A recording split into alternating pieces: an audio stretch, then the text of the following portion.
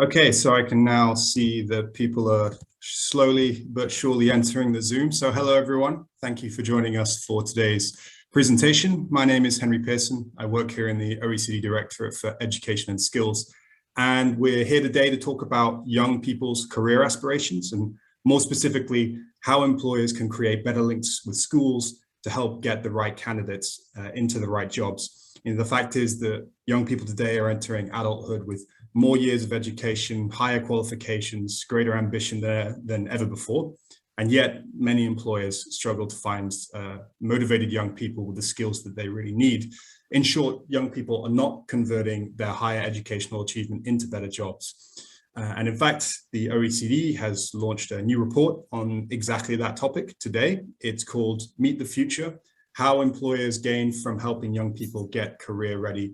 And I'm very pleased to be joined by Andreas Schleicher, OECD Director for Education and Skills, who's here to present the main findings of the report. And just for those watching online, I need to tell you that Andreas is actually talking to us live from Addey and Stanhope School in Southeast London in the UK, where earlier this morning we held a speed networking session with Year 9 students and some UK-based employers, including JP Morgan Chase, as you can see on the screen there.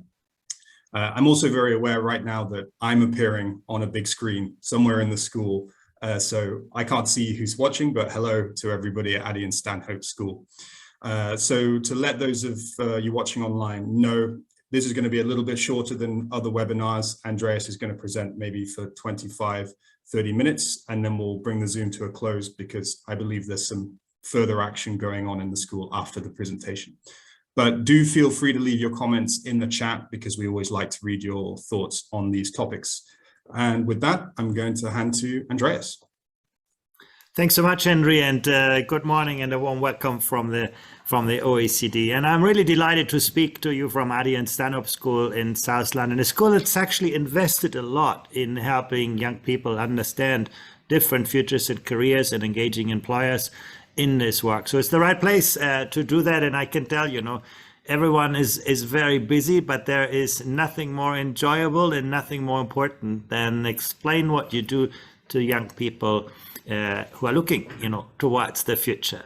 You cannot be what you cannot see. So for people to have an idea how the future can look like is really, really so important. But today, with this report, we're looking at this through a slightly different angle. And that is what is in it for employers, by having people who know more about, the world of work to be better prepared, to have greater ambitions, more aspirations. So we look at this today in this report. So the benefits that career education actually brings to employers, and hopefully, get more employers committed, interested, and supported of this. So I'm going to share some data that show how this simple way of engaging with students, not just explaining what you do. It doesn't require extra training, doesn't require extra preparation. It's just about, showing what you can do, how this can have long-term benefits for the young people, and then indirectly to those who employ them. And in labor markets as turbulent as they are today, it's more important than ever that employers signal to young people what are the jobs they can offer, and how can people prepare themselves best for this. At this moment, our eyes are still very much focused on the pandemic that has disrupted labor markets very significantly, also education, obviously. But one thing is clear, the future is always going to surprise us. Climate change is going to disrupt our lives a lot more than the pandemic in the long run. And artificial intelligence, technology is pushing us to think much harder about what makes us as human. In the 70s, we saw, robots taking, jobs over in factories, and now we see artificial intelligence challenging routine cognitive things. The kind of things that are easy to teach, easy to test, have become easy to digitize, to automate. This is, again, something very, very important in this field. And then there are, lots of other forces shaping the future of the world, future of education. When you look at labor markets, we see growing polarization. Those who have the right skills never had the life chances they find today. But those without those foundation skills now face greater and greater risks. Now we see new forms of work emerging. Now this is actually also liberating and exciting for many people. You have so much more ownership over what you want to do, how you do your work today. But again, also that brings with this a challenge of polarization. Coming back to automation, you can actually look at, the skills of people on the vertical axis here and the risk of automation on the horizontal axis. And then you see how directly they are related. Now, countries that have actually educated their people really well are protecting them best from risks of automation, whereas countries with poor levels of education really face the steepest risk of automation. So that's really important. It's the level of education that matters. And that's also an area where we have seen dramatic progress over the last decades. Now, one thing is clear, young people are leaving education more qualified with more years of schooling than ever before. Now, students, teachers, schools, education systems are making very significant efforts to just prepare more people with more education. But there is a paradox in this, that, you get more education, but do you get the right education? On the one hand, you can say, yeah, young people are also more ambitious than ever before. You can see here that across OECD countries, 2/3 of 15-year-olds now expect to work in a professional or in a managerial role now, and that's up from 50% in 2000. So over, 2 decades, we've seen some very significant rise in aspirations that people aspire higher. No? But there's a paradox here. Now, when you see actually young people, how they get employment, they often lose out in the competition for work. No? On this slide, on the vertical axis, you see the ratio of youth to adult unemployment. So how many times youth unemployment is higher than unemployed for adults over the age of 25. Now, you see that in many countries, youth are 2x, 3x. In some countries, more than 4 times more likely to be unemployed than older people. So there's a clear, challenge for this. And it's hard to compete with older people. They have more experience. They have, greater networks, all of that. And at the very same time, when you talk with employers, they often say they cannot find young people with the skills they need. That is the paradox. We have more people getting better education, more advanced education, and at the same time, employers say that's not really what we are looking for. So we need to do better in matching, what the future requires with what education prepares. That's the fundamental challenge that you can see very clearly here, and give young people, a better footing in the labor market. And it's not getting any easier. Once again, during the pandemic, the first thing that employers did is, young people, when you had to minimize staff, you penalize those who just come in, who do their internships, all of those things. And that's really where you get a foothold in the labor market. So it's been a tough time. It's not going to get any easier, but it means that we need to do better, redouble our efforts. And, it's been sort of more of an art to do that. One thing at the OECD we do is we try to make this more of a science. And in fact, we have our OECD PISA survey that provides some fascinating data on this from almost 80 countries. We have data from, 500,000 of 15-year-olds who we know how well they do in school, but we also know where they come from. We know geography, we know gender, social background, and most importantly, we ask them questions about their own aspirations. Coming back to automation, the first question we asked them, what do you want to do in your life? What kind of job do you expect when you're at the age of 30? And that question tells us a lot about the effectiveness of labor market signaling. Now, how well does the world of work communicate with young people about the jobs of the future? And if you see here, 30, 40, sometimes over 50% of young people aspire to the jobs that are at the highest risk of automation. So you can see our schools often prepare, young people for our past, not their future. The kind of jobs that are most at risk are the ones that we know best because they're the jobs of the past, and those are in the minds of young people. We can prepare people well with the knowledge and skills, but if we do not change those aspirations, those destinations, we are not getting things right. So that's, I think, a really, really important perspective here, that it's about mindsets of students. And this is where the experience with employers really, really comes in. We then categorize the job plans of young people against the International Standard Classification of Occupations. That's, one way of actually mapping jobs. And then, as I told you earlier, 2/3 of students expect now to work in professional managerial roles that require advanced education. You have to go to, university or some other form of tertiary education, and that's great. But when you look at this chart, you can see many students who expect to work in such jobs, and especially the most disadvantaged, that's the blue bar here. They do not expect to go to university or tertiary education. So they aspire to high-level jobs without planning to invest the necessary, high-level education. And that's really risky. You're going to face a lot of disappointment, if your aspirations are not matched by your investment in preparation. What you can see here across the OECD, 1 in 5 students has occupational and educational plans that are badly aligned.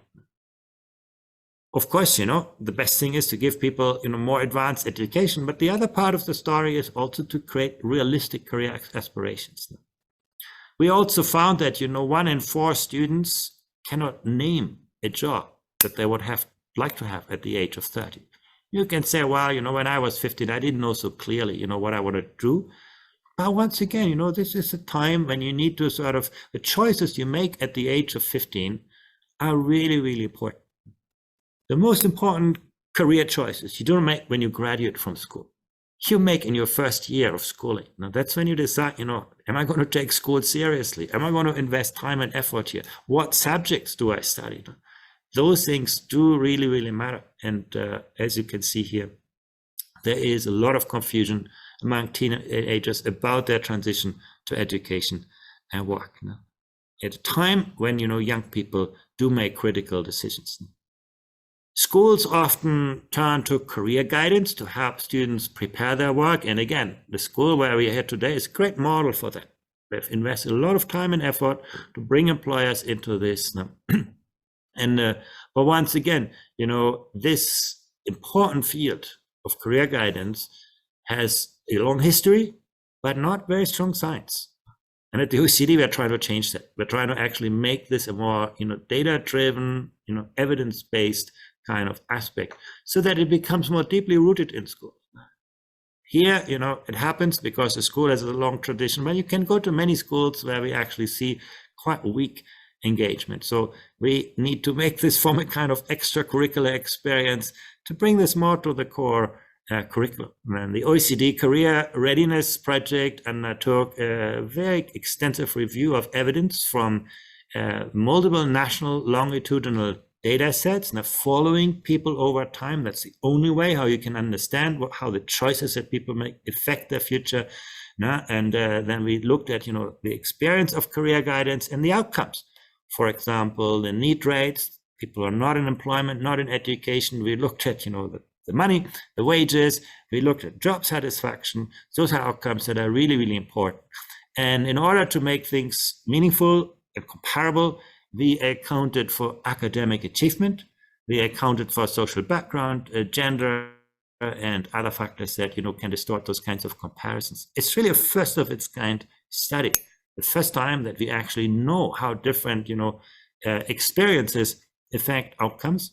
And actually, we found, and I encourage you actually, at the bottom here, you find the website with the report. There is really a lot of detail on this. I'm going to go through this quite quickly through this, and I will focus, on the 11 indicators where we can clearly say, these are very robust, predictors of more successful careers. But in the report, you find a lot of more nuanced data. And most importantly, you find the cases and country studies that actually show how this works in practice. So, let me just go quickly through the 11 predictors. And then also, there are 3 further indicators where the data suggest, long-term positive outcomes. But, we have to be a little bit more cautious there because the data sets are not so robust. But on the 11 experiences here, I think we can be very confident because they are, coming through in all of the countries and all of the national data sets. We have activities which allow students to explore and experience potential futures in work are highly dependent on the engagement of employers. That's a big message. When you look through the columns here, you can see where employers are part of that equation. You really see success in this. Now, you will notice that attitudes are also quite important. Now, how students think about their own potential futures in work. Now, that seems to be related to better outcomes. And we know from PISA data that there are significant relationships also between participations in guidance activities in school and, guidance activities that engage employers and career thinking, and that they relate to better outcomes. So it is very, very important. It's here that we can see young people developing really the agency that they need for effective transitions. Students who are clear, who are ambitious about their future, whose educational plans are well matched with their job ambitions, and also who see value in schooling for their futures work, basically can be expected to go on to do much better in employment 10 years later than peers where that is not the case. So you can really see here career certainty, career ambitions, career alignment, instrumental motivation. I understand that what I learned in school makes a difference in life. Thinking about the future is important, and then experience of part-time working. That's of course, one of the more expensive forms of employer engagement, volunteering, and so on. Let me just, lead you through a couple of examples. We find in many countries a very close relationship between participation in very simple career guidance activities at age 15 and better employment outcomes at 25. And when I say simple, that's what we did this morning here. You just sit around a table with young people, you explain their job. Those things are an incredible starting point for this. Now, if we look at the results from an employer's perspective, that's what I promised you to do. We would, what does it actually do for employers? We see that students taking part in those activities are becoming a lot more attractive to recruiters. Now, they're more likely to be in work. That's a great thing for employers. They're being paid more. That also means they're more productive. That's also great for employers. And they're also happier in their careers. That perhaps, is the biggest differentiator here, that, this career match is very, very important for people doing their jobs, with passion. We find very similar relations between better employment outcomes and other activities that you can really only do with employers, such as CV workshops, interview practice, and also occupationally focused short courses. You can see them here playing out very, very clearly. And the data tell us also that students who work part-time, who volunteer, and in some cases participate in short work placements, do better at work later on. Obviously, again, those are the more resource-intensive things. Now, that's from the longitudinal studies. We also get a quite similar pattern from cross-sectional data. And that's also interesting. When we actually looked at, work experience and employment prospects cross-sectionally for 25 to 34-year-olds in our survey of adult skills, we found the same pattern. You can see very clearly, your chances of employment, as in most countries, so much stronger if you have, been through some apprenticeship, or you did even work outside the curriculum. That's the kind of part-time work I just referred to. So you can see actually what makes a difference in employment is really that experience at the workplace, the integration of the world of work and the world of learning. And both employers and schools can make a difference here. And when they work together, that's really when those things work very, very much at their best. Career guidance is always, at its best when it's enriched by employers and people in work. We gain insights in how the process works when we listen to what adults, young people say about the benefits they feel when they engaged with employers while still in school. So we surveyed young people. We looked at what do they say about this, and then through textual analysis we can categorize the answers in terms of human, social, and cultural capital. Human capital is skills, social capital is the networks, the relationships you build, and then the cultural capital is your broader understanding about this. And what you can see here, what the young adults say is that they often had opportunity to develop skills or gain experience that are of great value in their later transitions. Often also they highlighted the value of gaining new and most importantly, trustworthy information that really showed very valuable, or that they met people, who offered them later employment, or a reference or something, those networks. Obviously, if you come from a wealthy background, you most likely, have a very large social network, or your parents have. But if you come from a disadvantaged background, this is often your only gateway, the kind of experience you gain yourself, that very first-hand experience that you cannot replicate or digitize. And we also see, and that's interesting too, that often their attitudes changed. They grew in confidence. They better conceptualized, visualized their future.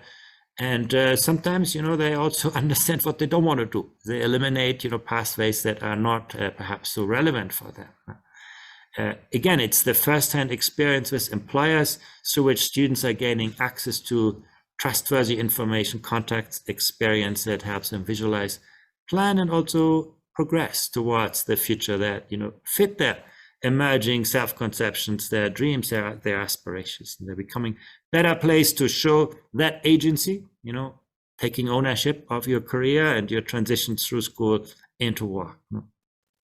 And the data and textual analysis, however, also show that positive employment outcomes cannot be taken for granted. That's where this agency really matters.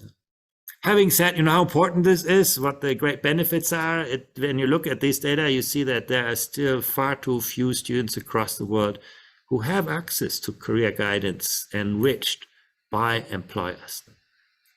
What I show here on the chart is basically the percentage of 15-year-olds who have done three things. They attended a job fair, they visited a workplace, or did some job shadowing, and they had a chance to speak to a guidance counselor to get the most out of their experiences. And across the OECD, you can see here fewer than 1 in 6 can expect to have completed those three relatively simple and not very costly activities. And those things basically are ones that every school should be able to provide. And then you can see in many countries that is not the norm. There are also some which are quite advanced. So I think we should keep that in perspective. But there is clear that the promise is far greater than what is happening today.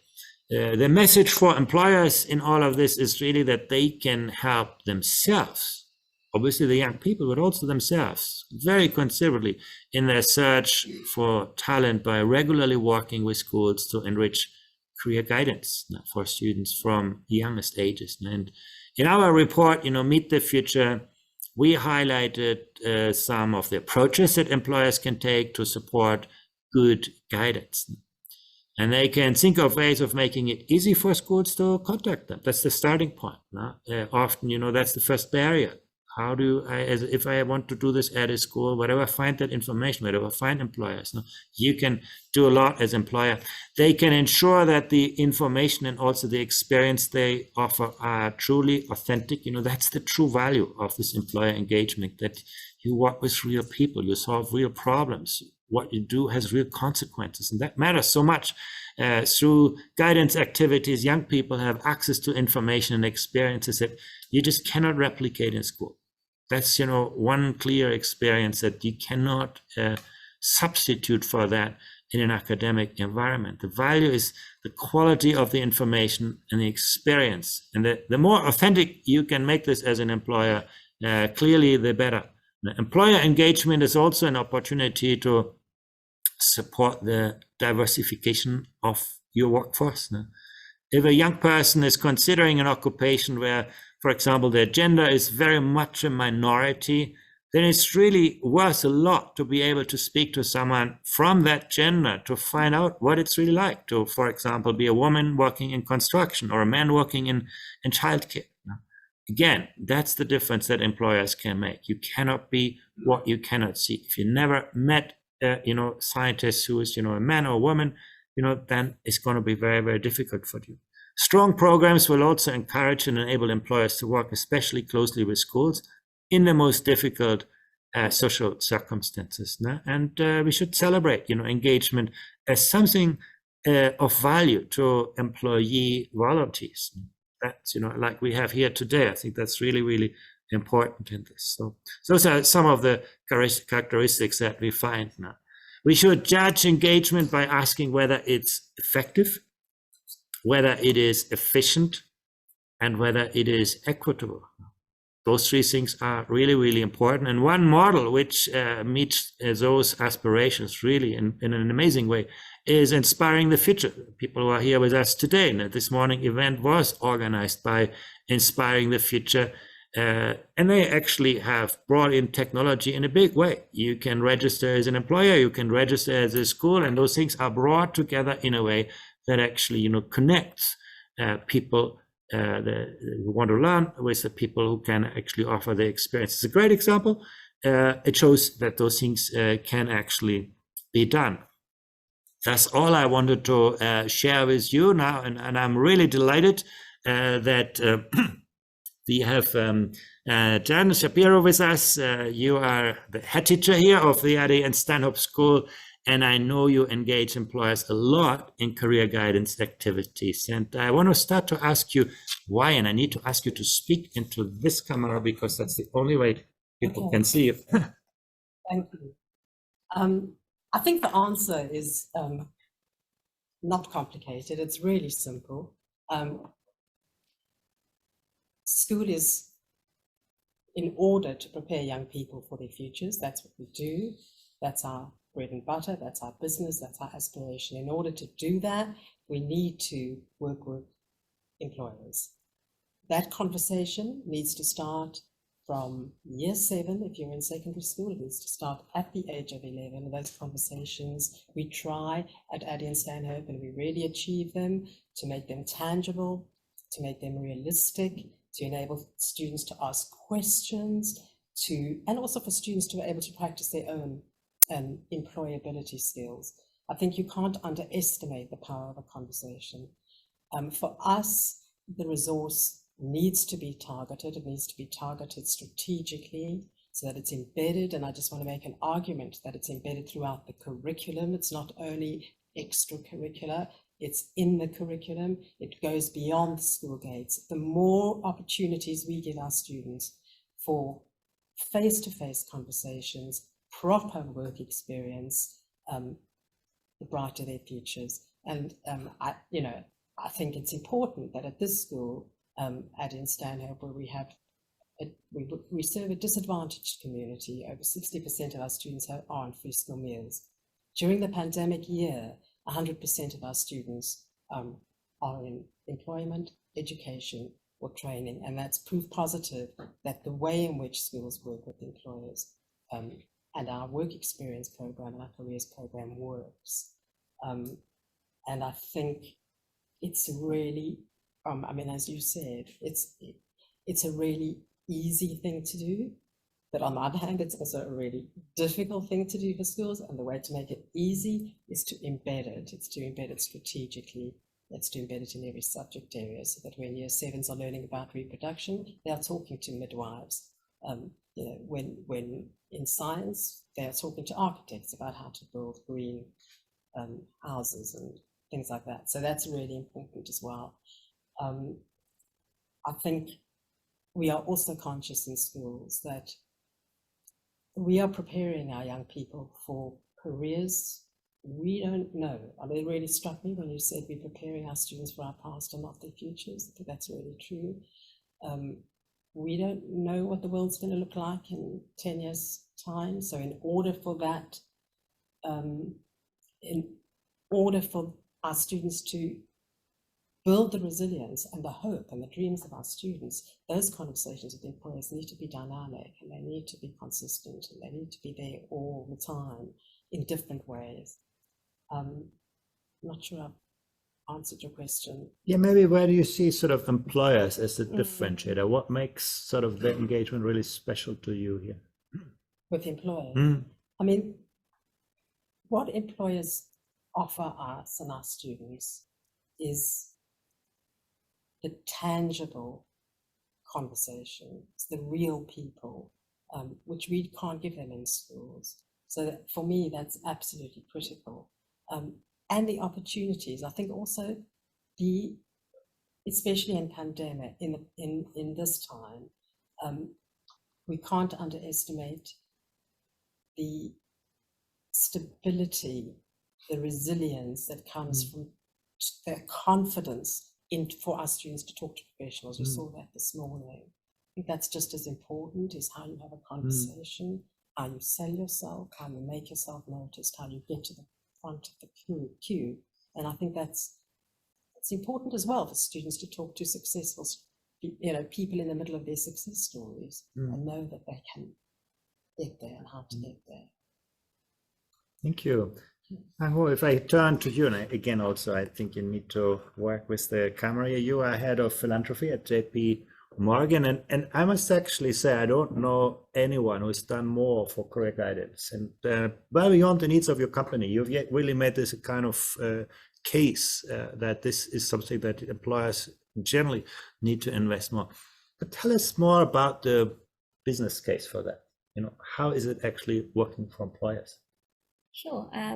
First of all, thank you to you and your team for, to your point, putting the science behind this topic, because I think for us, as both a foundation, as an employer, we've been working in this space to supporting young people to make that transition from education into the world of work for many, many years.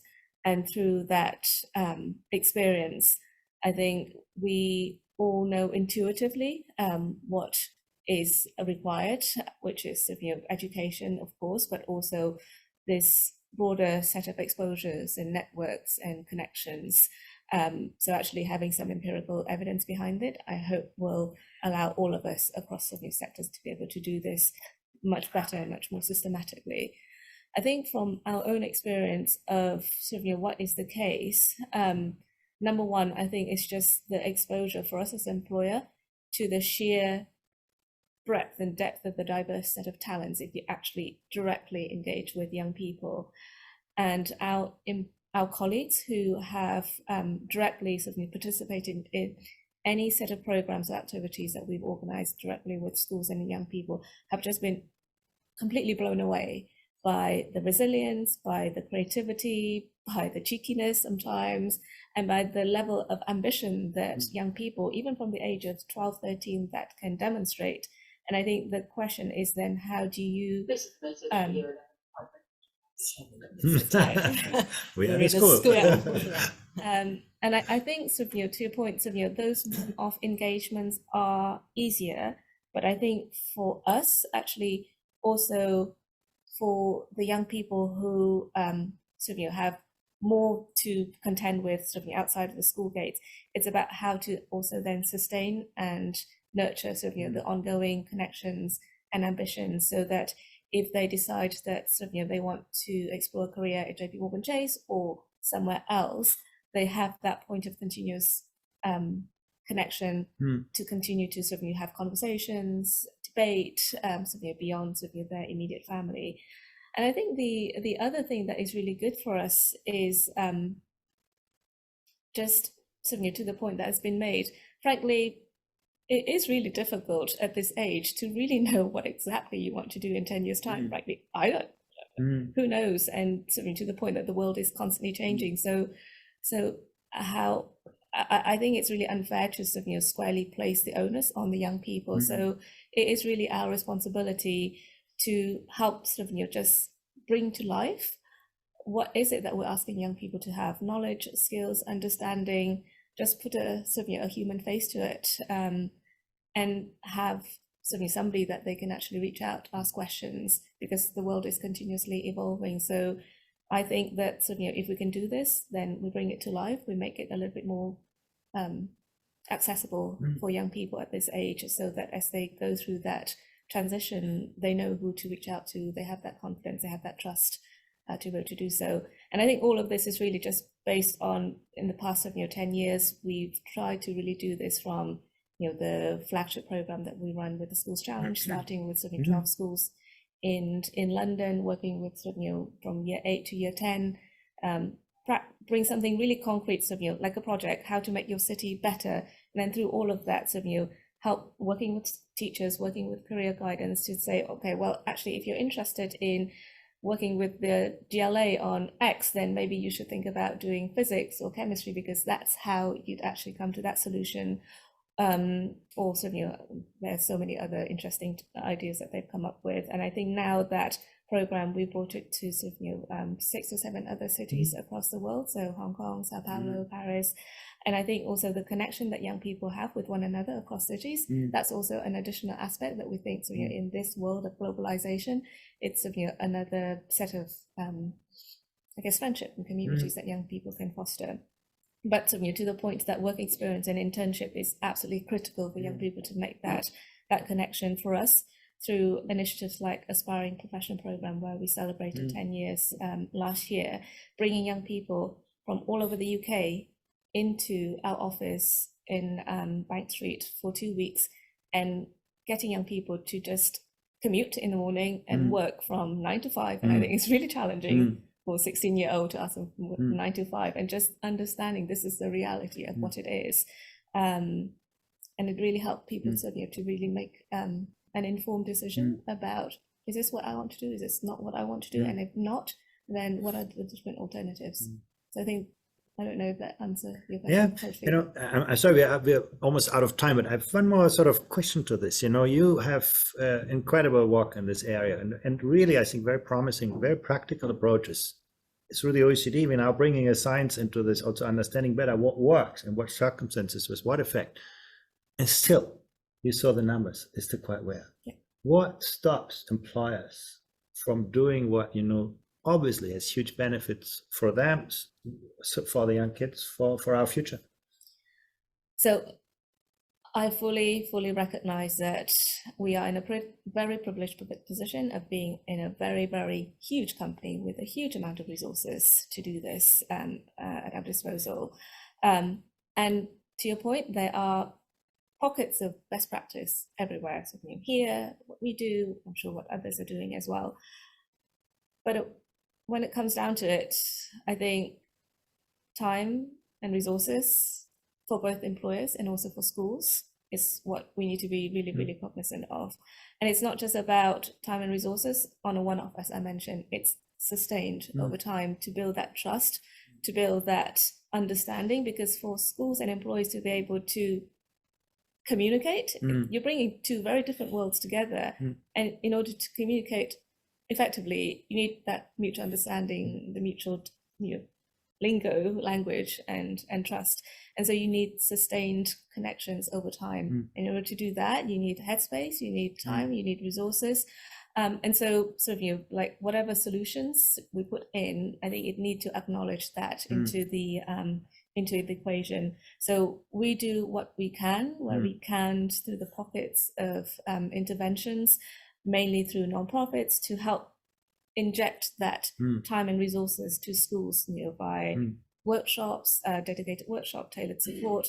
But clearly we are one actor in this very big space. So I think baking that into any actionable solutions is, in my view, critical, because I think people want to do it.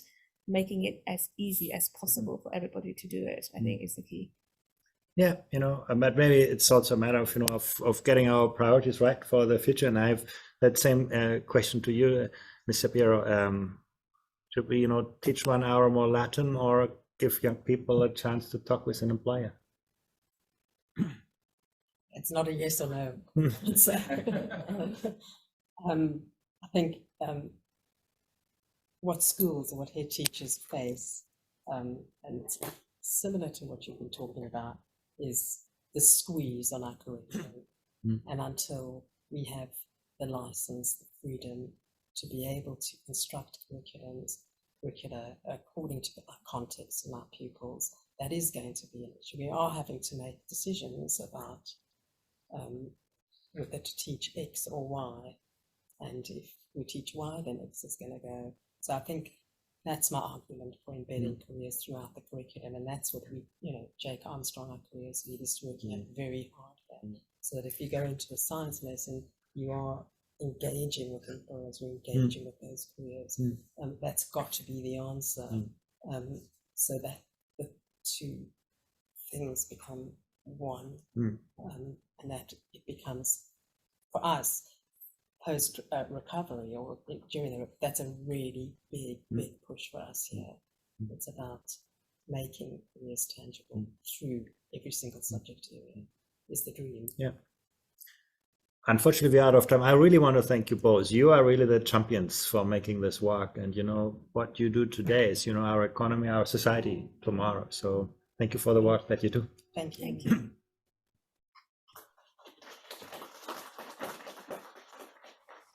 Thanks very much, Andreas, and thanks to our speakers. I think everybody, we could hear the smattering of applause in the background, and I think that's very appropriate. So big thanks to our speakers. Big thanks also to everyone at Addey and Stanhope School in London. We really appreciate you hosting us. And also thanks to our friends at Education and Employers Charity who co-hosted the event. So thank you also. If you watched online, we appreciate your company as well. If you would like to keep up to date with our latest work, I invite you to have a look at our Twitter page, which is @EduSkills. That's where we basically update everybody on everything we're doing. So you'll find everything there. And I put a link in the chat to the report that we just launched. So thanks again, everybody. And I hope to see you at the next webinar.